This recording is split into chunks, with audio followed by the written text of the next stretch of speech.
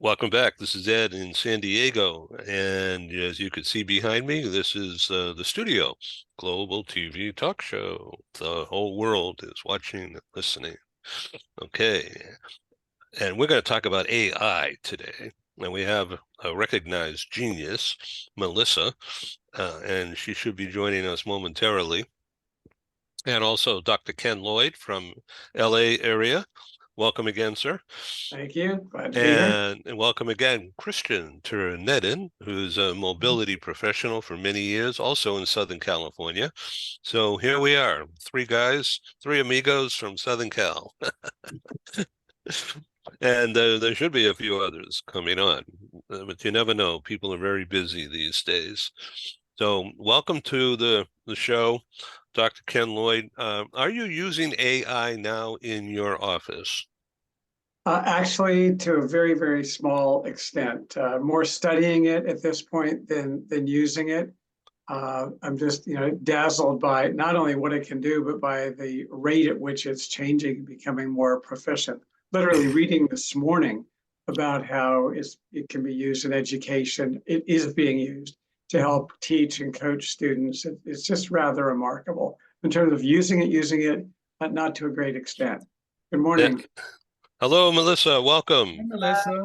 Good morning. Okay, everybody, Melissa Putze, and she's you're in Michigan today, right?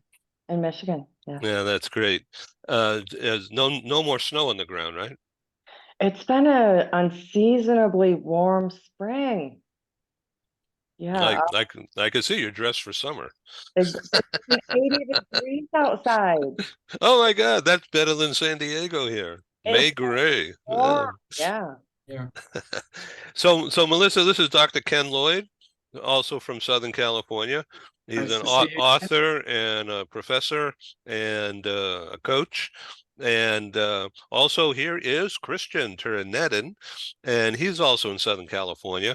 He's a long-term professional, a pro in the world of mobility, talent mobility, but currently looking for a new job, probably within the same field.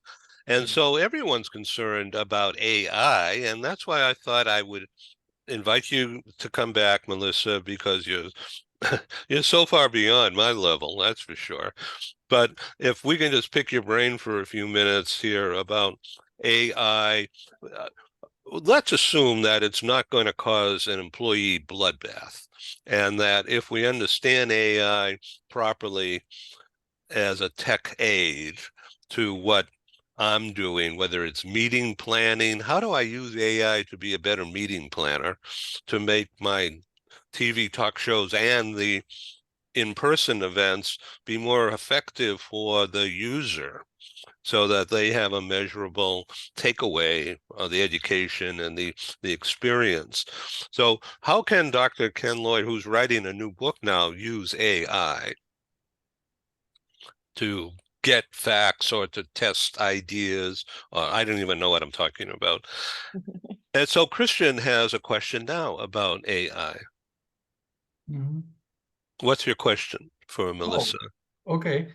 What I would like to know more about from Melissa is on the prompts, because where like Ken, I'm dabbling and finding out things and reading about it and so on. And one thing I'm constantly bumping against is people aren't talking about the prompts enough. And the prompts, I think, is where that's the really interesting part. That's where the critical thinking comes in. That's where the human element comes in. So what do you mean by prompts? You mean you give the What you tell idea AI to and then you do. want it to do? Yeah, because if you don't ask the right questions, you're not going to get the right answer.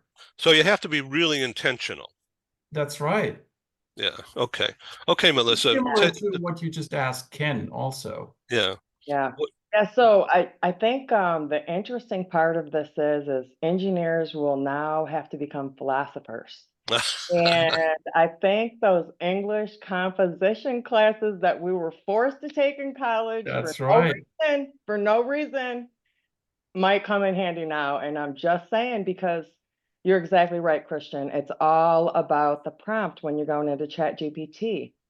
And I'll give you my tip. And maybe this is because I'm a math geek, but I think of the sentence laid out like a math problem. What I'm adding, what I want subtracted, what I want times.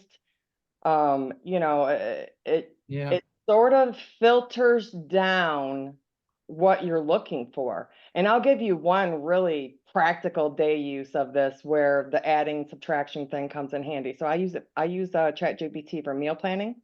And I want a meal plan for a certain amount of calories. I want a certain amount of fiber, protein. All of that information ends up being a whole paragraph. I add in what food I don't like. So I don't like onions. So I take out onions. I add in what food I like that I want extra. And basically, I get to eat what I want under the correct amount of calories, and I don't have to worry about going over or under. And ChatGPT just does it for me. And one of the really cool parts of it is I'll put in different countries also that I want to eat throughout the week. So some days I'll have like 7 days of 7 different countries of food. So you can mix it up. It's bigger than your imagination in the city that you've lived in and the food that you grew up on. So it can really blow your mind on some of those aspects. So Dr. Ken Lloyd is writing a book, an update on a previous book, what, 10, 15 years ago? 15 years ago.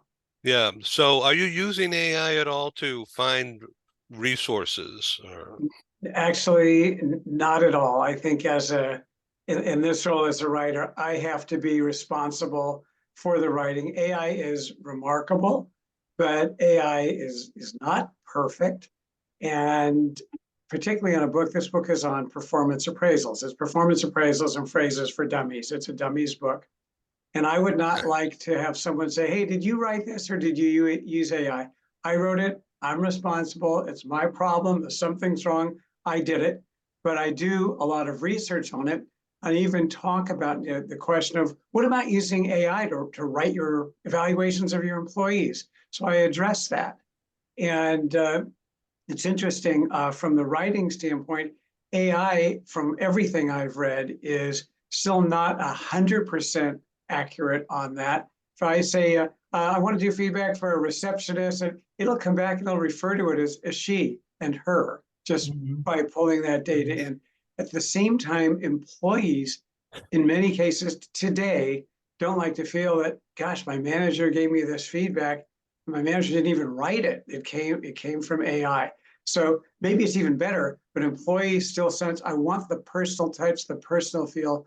I really, in terms of using it, think it could be a great coach, which is just what I was reading about today in education, how it's helping students learn. It's tailored to them and all. I think it can help managers. Hey, you want to write an evaluation of an employee? Yeah, here's your first draft. Now work on it, personalize it, target it, clean it. So that's the approach I'm taking. But what am I saying? Melissa is a world expert genius on this. So Melissa, that's the approach that I'm taking with it at this point, at this time. I love that, Dr. Lloyd, though. I am an AI geek, but I believe writers and authors and poets should be authentic. We can't lose the personal touch. I don't use AI to write anything. I am too quirky. And if AI starts writing for me, everybody's going to be like, that is not Melissa. She did not write that. And they're going to immediately know that's not me. And there's no love in it. There's no love. Who wants to get an email from AI? I don't even want to get an email from AI. And it just, especially when I think about HR and the hiring and the firing, and like you bring up the performance reviews. I would not like to get a performance review from my boss that I worked for a whole year that was so out of touch, sounded like a computer wrote it. Because you need a connection with your supervisor, or you need that human touch in some of those standpoints. So there's certain places that, AI is wonderful, and I hope it really does wonderful things. But there's certain things that the human touch and the human personality needs to be brought into. Okay, Christian, I think you had a question that you wanted to ask Melissa. I did. You don't want to go any deeper? Well, I can. Yeah, go ahead. So my approach is you're totally right, Melissa. I'm an English major. Okay, so my approach is exactly that. It's what you said. I think the human element in whatever you compose, if you want it to be heartfelt, and it could be all kinds of different texts for all kinds of different purposes, is and always will be important. But where do you see this going? Because we all agree that AI is rapidly evolving. And as an English major, of course, I have some kind of fear that, I'm going to be replaced at some point. Whatever I can come up with is replaceable. My quirks, which I also have, can be recognized by a sophisticated enough program and can be replicated. What do you think about that? That's very interesting. And I think the recent last year has really pushed the fear of losing one's job from AI. But this is something, I've been in tech for a long time, and this is something I've been hearing for a long time, actually. And I think the bigger picture of it is automation. Mm-hmm. So I used to be a SAP programmer. We worked on automation. Everybody was, automating all the business processes. I worked in telemedicine. There was worry that we were automating doctors' jobs away with robots. And then over the last 15, 20 years, after iRobot, the movie came out, everybody's concerned that robots are going to take over their job. But they haven't taken over our job. And I feel like if you focus on the negative, you won't see the positive of it. Mm-hmm. And I'm a realist, so I'm not here to say that nobody's going to lose their job from AI. There's already been people that have lost their jobs from AI, so we can't say that they haven't. But I would say AI plus automation is going to speed things up very rapidly. And I think we all need to upskill on AI. For instance, that was one of the reasons why I've geeked out in AI. So I was a program manager, project manager. One of the first AI classes I ever took was AI for project manager. And that's when I realized how much of my own job could be automated out. Mm-hmm. And then instead of worrying about how much of my own job could be automated out, I just pivoted. And then I started just gearing up towards AI. And that's what tech does. That's what the tech world does. My daughter was saying yesterday, she said, everybody's still talking about AI, but you're thinking about what's going on in 2 years. And that's not even going to be AI. It's going to be something different and better than AI. So we're always thinking way ahead. AI is wonderful, but now we're thinking, what else can AI do to solve the world problems, basically? I got a question. So I'm going to show my ignorance and my bottom rung level. And I don't use AI yet, although right now this is being recorded using Zoom and it's all robots, and including a text, word for word text is on the bottom of my screen here. And it's available. I'll send it to you later if you want it, in addition to the tape of this program. But I'm basically a meeting planner these days, organizing meetings online here. The global meeting room is what I'm calling it, and bringing strangers together, and they leave the meeting room as friends. And that's human. That is not AI. But I was reading this morning in prep for this, apps for data analysis, and this is about meeting planners, okay? There's a worldwide group called Meeting Planners International and how to do it. So how can AI help meeting planners do their thing? Okay, so I'm reading up on all this, and for the first time. And so it says, ready to move beyond chat GPT and looking for specialized tools. The experts suggest this whole long list here. So first of all, what is chat GPT? It's the prompting or something else? So it's basically a program that you go to. It looks much like a search bar. And the prompt is really what you're asking it. So, for instance, we'll go back to the meal planning or, with your planning, with your meeting planning. An interesting thing, though, I don't think AI is really good at planning. So I've spent a lot of my life planning, and I've spent a lot of my life setting up meetings like you and arranging conferences. And AI is not sophisticated enough to do planning yet. You have to get with a whole group to plan out things. There's a lot of different coordination going back and forth. I'm not seeing planning with AI as of yet to be out there where that would be something that, is going to be taking people's jobs. Good, thank you. So on this list here, they say that I should look at this is software, all right, about AI, using AI in different aspects of my business, which are meeting planning, PR, marketing, advertising, and collecting money. So how do I do all that? So they say Microsoft Copilot is one name. And then they have Google Gemini, which is a new thing, I guess, that's coming on strong, but I don't know anything about it. I'm a Gemini and I use Google. So, I mean, I'm probably going to look at that. Okay. And then there's something for, again, meeting planning, for RFPs and proposals. Mhm. There's a program called Reposit, Reposite, Reposit for RFPs and proposals. That I think would be interesting. And then for note taking, in other words, how do you take notes in a meeting effectively? Something called otter.ai, OTTER.ai, note taking. And then images creation, I don't know what that means, but something called OpenAI, DALL-E. Dolly. Dolly. Yeah. Is that like Salvador Dali or what?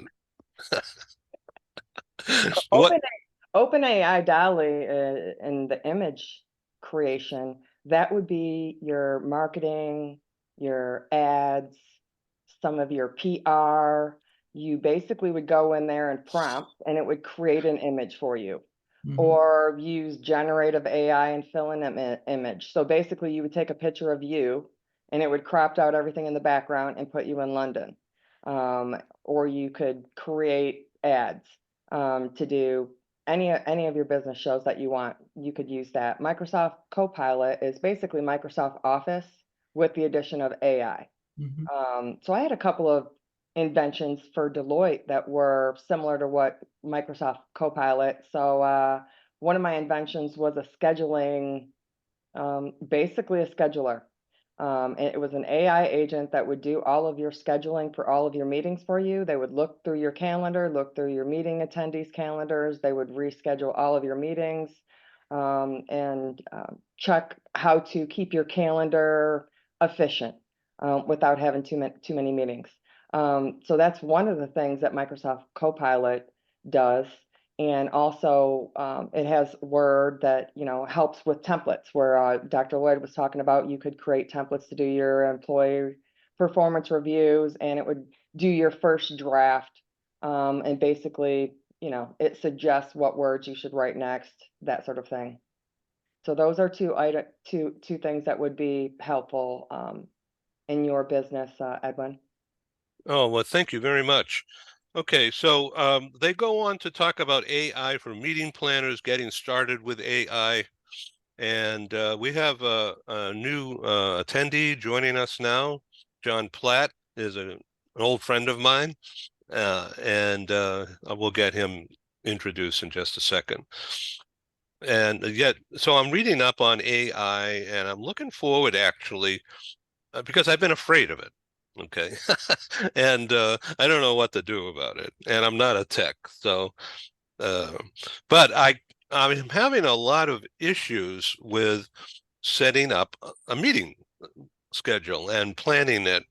And the thing is that what I'm doing, for instance, well, let me back up. In Scandinavia, which is Sweden, Norway, Denmark, Finland, uh, I've never produced a live meeting there, and I have produced a few talk shows on Zoom, but never a large group. I tried to, and it was okay.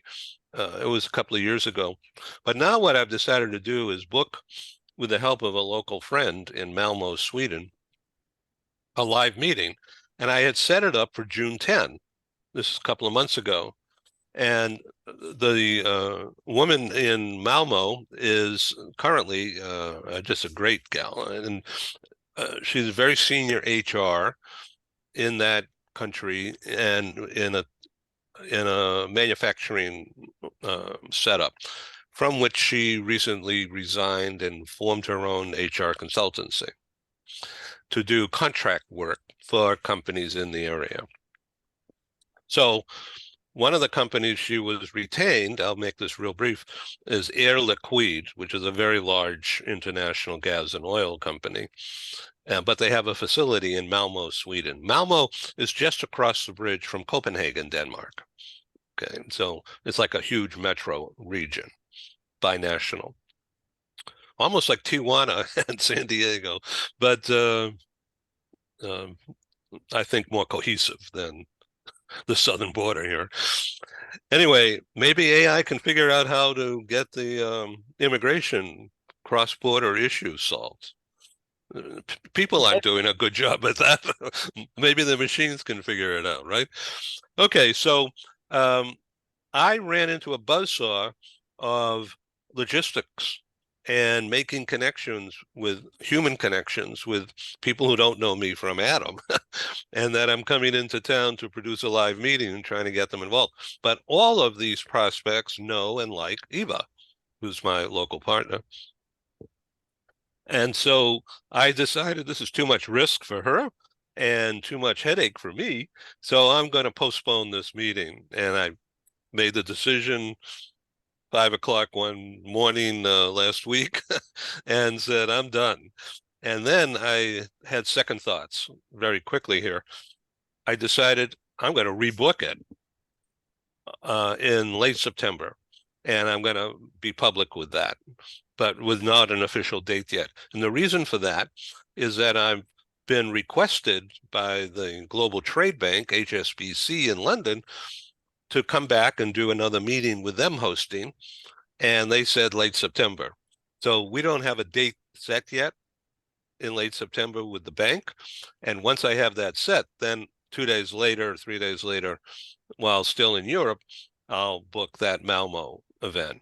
So I decided, so I asked myself a question. It's like prompting myself, what do I have to do to create awareness? So I said, aha, let's do a talk show on the topic called Scandinavia Bound Global HR or something, and then invite Eva and invite some of her friends to, and others like you guys perhaps, to join the telecast news briefing, if you will, to talk about what we're going to do in Malmo in late September. And by the way, what's going on in the HR world, in the business world, in Malmo these days. And so it's a topical conversation. And that is what we're doing tomorrow, I think. I think it's tomorrow, yeah. And I'm doing the same thing with Mexico and Latin America, holding a series of telecasts to get people familiar with me and my style and the idea of a in-person meeting someday in the future, building awareness. So if I had programmed a chatbot with all of this information, tell me, Melissa, would it have spit out back to me basically what I'm doing now? A lot of what you're doing sounds like networking in person with connections that you have. And that's what AI can't do. That's the human connection. Now, arranging meetings, setting up schedules, looking for restaurants or hotels or meeting rooms or conferences in the area, activities in the area, looking up businesses in the area. AI can help with all of that. Sort of research about where you might go or what you might be doing there. But the human connection part, that's where you come in. And that's Interesting. where AI can't take everybody's jobs. there's certain parts of everybody's jobs that are human. Think about a doctor. You know, we can go onto Chat GPT and ask our medical diagnosis questions all day long if we want, but we can't get real healthcare until we go to a doctor. So it doesn't really matter what you're doing on Chat GPT. Now you can take that and you can educate yourself and take it to a doctor, and then the doctor can use it to educate himself to get better care for both. And So, that's where the plus yeah. is too. So you know Dr. Harvey a lot better than me. He's been on a couple of my shows with you, but he's using this in his practice, in his own podcast, right? Yeah. So he's a emergency room doctor and uses AI, does a lot of research, and he's wrote a couple AI healthcare books. He seems to be cutting edge with healthcare and tech and all of the different new devices and how to use them for healthcare, which is what I would say is a healthcare pioneer, because not a lot of healthcare people are, gung ho into tech. But there's a lot of different ways that doctors can use AI. So there's a quote here from this research that I was reading this morning, and this is a guy in the meeting industry talking about AI. He says, "I think it's not always about what the AI tool can do, because people are better than machines, regardless. It's how you can leverage the AI tool to your advantage and use it to produce great work. Don't be afraid of it. Get out there and explore it. Use it yourself. There's a lot of things we have to do to run a global two-sided marketplace, and time is money. If I can do something more efficiently using these tools, I absolutely owe it to the success of our business to do that." Melissa? Definitely. I completely agree. I think So, we're yeah, go all ahead. using it to help us in our everyday job. That's the Yeah. best part of AI. So I don't want to know any secrets about Deloitte or anything, not that you're ever going to share them, but AI, but it's a giant company, and with a lot of people in a lot of different places.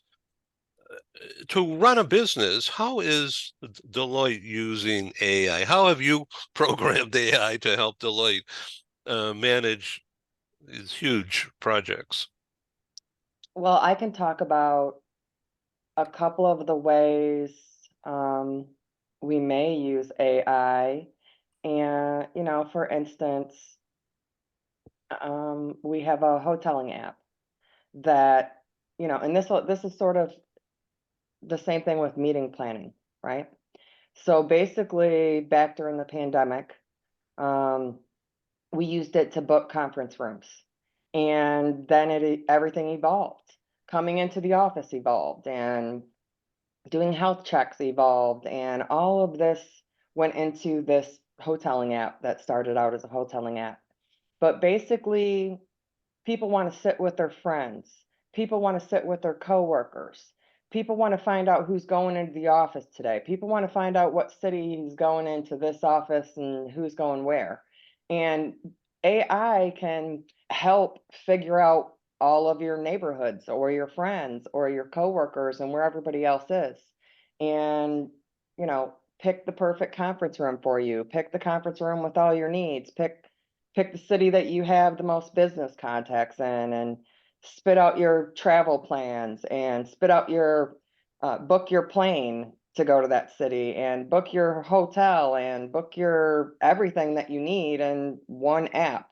So if you're a coworker that could be traveling somewhere, you could go to one app that's made for employees, and it'll tell you everything you need, even restaurant recommendations, and all of it is, can be powered by AI in the background that's prompting to give you the best information. So, for instance, in travel, which is part of meeting planning. So I'm taking Joanne with me to New York to the Ernst & Young event that I'm producing, and they are hosting inside their global center on May 29. It's a one-day thing. This is the second in a series that I'm doing with them. And so the program's all built, everything's cool. And so Joanne booked her own flight, and now I have to get my head around getting with Delta and trying to get on that same plane, the same time. And an app would have done that, just done it and send it to me 2 days ago, and I've been delaying because oh my God, I can't get my head around doing all that, and I feel stupid, and I still haven't done it, but I will today. So that way it could be very helpful. You should be able to go to Delta's website, Yeah, I know. type in the Yeah. flight, type in her seat, and Yeah. say, set me by her. And they should just spit out whatever seat they have in that plane, and recommend that, you sit there. Yeah. Okay. Finally, this good, getting back to this report I was reading this morning, of the meeting planner. AI can be used for providing windows into the perspectives of people we don't normally design for. When you design an element, AI can help uncover the challenges it creates for divergent populations. Overcoming those challenges requires human empathy and creativity. We're going to be using more. Meeting planners who use AI tools to listen to attendees' needs will allow planners to create designs that are more accommodating and create a better sense of belonging. Yeah, Christian. So this is an interesting variant of what I've been thinking about over the last few days. And again, it has to do with the prompts. One of my hobbies is personal finance, and I'm reading a personal finance book that came out 2 years ago, 2022. One of the premises of the book is that interest rates are 3%, between 3 and 4%. Now, we all know that that's no longer the case. And what's interesting about the book is that there's a lot of stuff in the book that's good, but a lot of the stuff is, if you take it at face value and you don't realize that the interest rates are no longer 3%, it's horrible advice. It would completely ruin you to follow that advice. Why? Because the main premise is wrong. And what you just said is an example of that. You can, think about all the various opinions that AI can produce. But what you really also need is, what isn't there? What's missing? I always try to explain that to my team. You have to look for what's missing, what's not there. And very often that is the key to the answer. Or it is the most important factor that can decide or be the decision maker, the ultimate factor between success and failure. So to Melissa's point, that's another thing, right? Where if no human can figure out what's not there because it hasn't been asked, so it's not in the prompt, you can go down the wrong street for a very long time, and it can lead into all kinds of calamities. So, Melissa, getting back to your background where you used AI in telemedicine, did you set up a procedure of how it finds information that the patient is asking about? Well, I didn't use AI in telemedicine. I was in telemedicine about 12 years ago. Uh-huh. It was robotics. And I worked for a guy named Yulin Wang. He's the father of modern robotic surgery. And he invented robots that would walk through the hallways but they are using AI now with robots. That is something that they are doing to do all types of tasks. So AI plus robotics is going to be where I'm watching out at. That's what's coming up. I think in the next couple of years, it's going to be hot. The problem with robotics is, what people don't understand is they're expensive. They're expensive to create. They're expensive to upkeep, and they're expensive. So robots aren't going to take over everyday jobs because you aren't making any money on everyday jobs, if that makes sense. Yeah. You have to have a return on investment to spend all this money on robotics. And that's the same with AI too. So if your company is going to invest in AI, it's got a cost to it. So it has to be a task that's worth making money on, or you're just doing AI to do AI. So that's another reason I don't think AI can take over every job. It's not feasible money-wise for it to. So, Dr. Ken Lloyd, how, as we come to a close in the next few minutes here, how can this program be more effective for you? This particular dialogue we're having, what questions are remaining for you? Well, that's a good question. One thought that It's a human-generated question, and I'm prompting you. Yes. I remember reading and certainly working with entrepreneurs, but there's research that supports entrepreneurs in many cases have a gut feel. So they'll take all the analysis. Let's take everything we can gather off of the internet, AKA, AI is grabbing its information. They can have all the information. Then there's that one decision point where it kind of comes from the gut. And what is that? But really, it's the sum of all their experiences, all their knowledge, everything coming together. I don't know that we can expect that, or should we expect that of AI? I think a great role for AI, and it's really, as Melissa and Christian are saying, is for coaching, for help, for support, for some guidance, for that first draft, for that first run of analysis. But the human touch has been emphasized here, is really critical to getting, to me, the full advantage of AI. So we're not just turning it over to AI, it's another piece of support. And as we said just earlier, you see it in use in education right now. It's not going in there and teaching classes, but it's helping. Maybe students need a little more attention in a particular area. There'll be an AI program that can sit and interact with them and do it. It's math. And they don't have to get heavily into the emotional side of it or the relationship side or understanding. Here's how all of this works. I think they're at this stage of the game, just great applications for it in supporting us in our role. And as Melissa said, some roles are going to be eliminated, but many aren't. Many are going to be enhanced by having this very powerful co-pilot at your side. So use the chat on the bottom to send a message, make a connection, ask a further question. And so, Melissa, I'd like to continue this series in a couple of weeks or a month from now. And I invite you to join us again if you have time. I know you have a full plate, more than one plate, in fact. Yeah. So congratulations with your kids moving on, and everybody looks like they're healthy again and forward thinking. Yeah, my daughter, she just got a master's degree in educational psychology. And as you were talking about, Dr. Lloyd, she has done a lot of research on dyslexia with ChatGPT.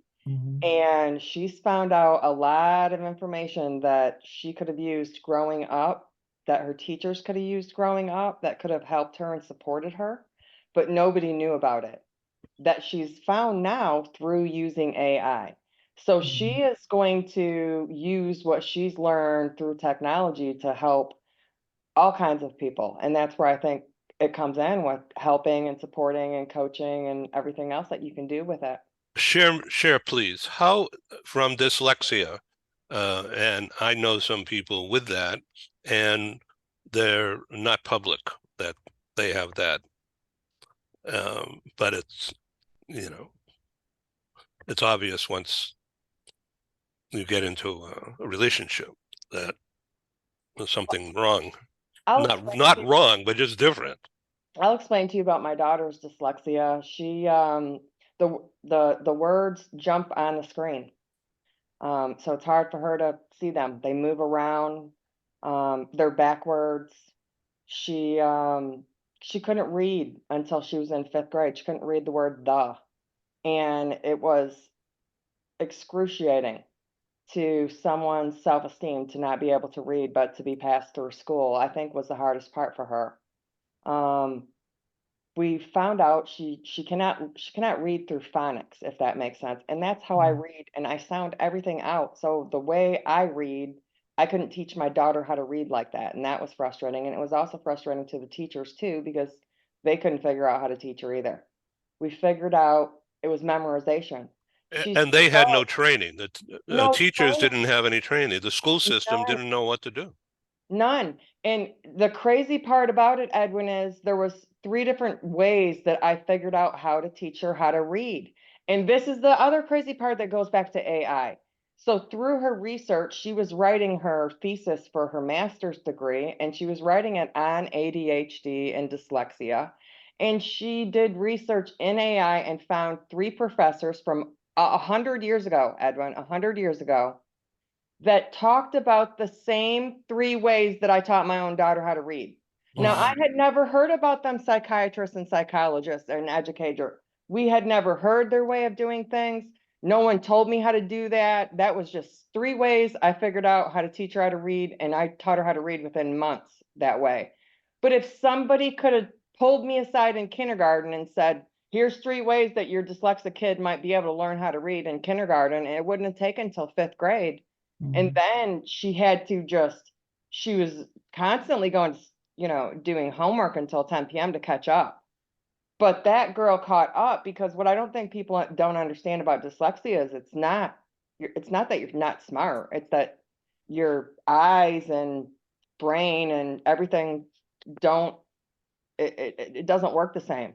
So what she did to beat it, one of the things is she has to read everything 3 times, and it takes her longer. But you better believe she's memorized every single word, what she's read in that 3 times, and she's never going to forget it. So it's not that she's not any smarter.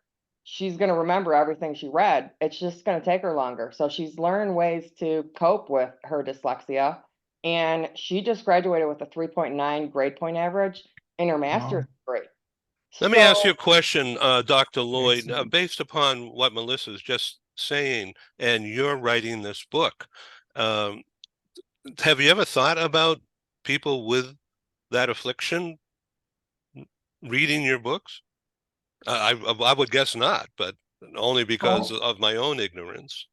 yeah, in terms of that, writing a book like this, the goal is to make it as clear and as readable as possible. People have different ways that they learn. Some people might not want to read it at all, but they want to hear it. They're auditory learners.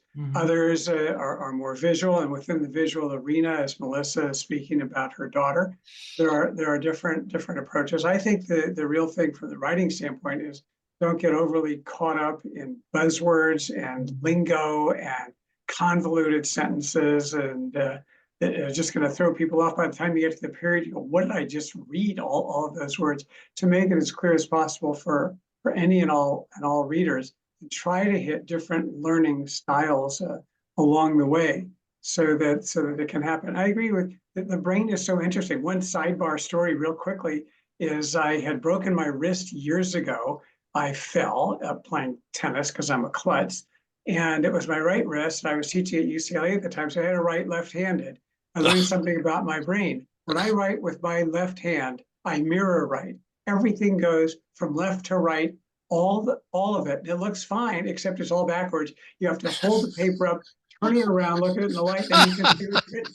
So the brain, there's all this going on, and that's just that's part of what we live with. I just think, Melissa, is this wonderful what's going on with your daughter. And I remember when we talked before, you mentioned some of her other special gifts, which I knew she had in combination with this. And look how she remembers everything. 3.9. I mean, that's wonderful. She's going to make a difference out there. You can see it already, which is great. I call her a world changer. Yep.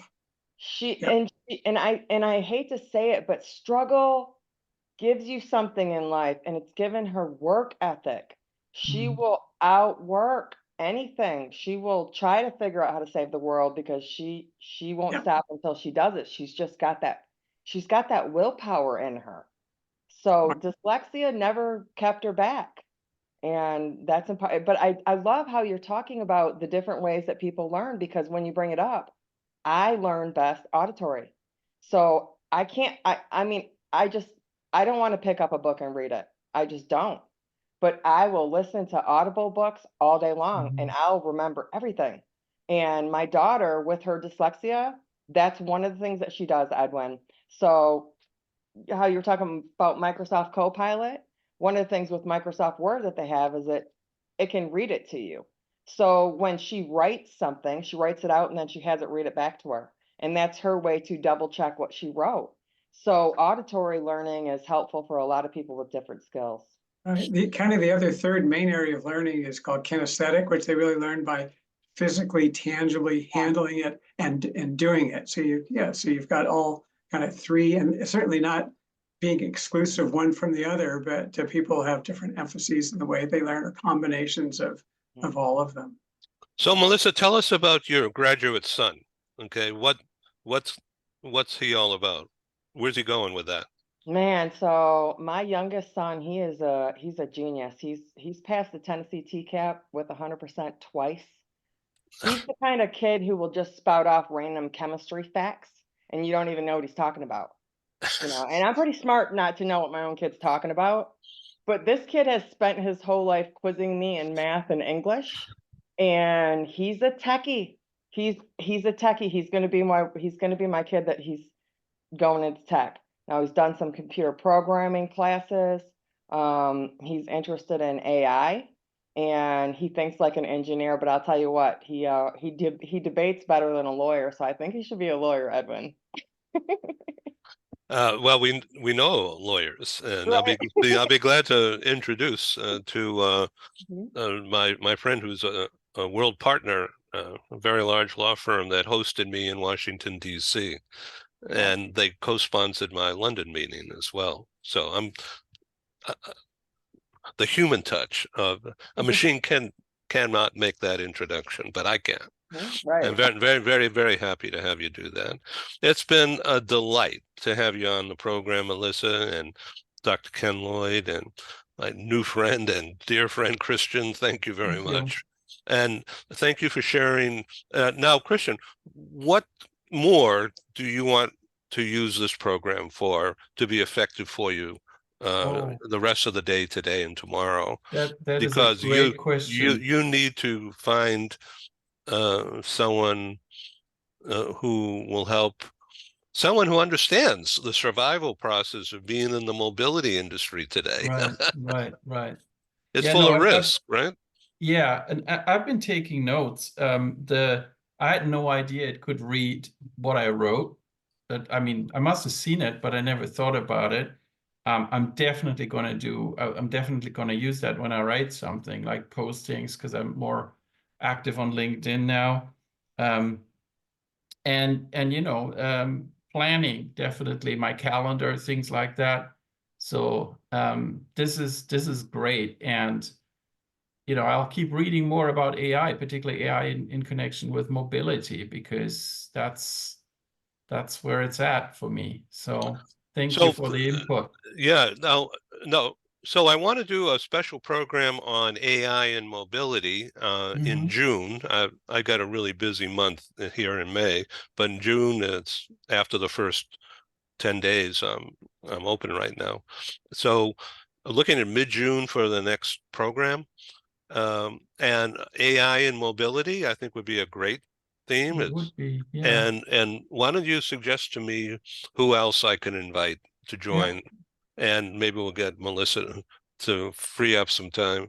Ken, of I course. would love that. Yeah. Okay. And Thank I have you. a few things that you can do, Christian, because I know you're job searching with AI. That's right.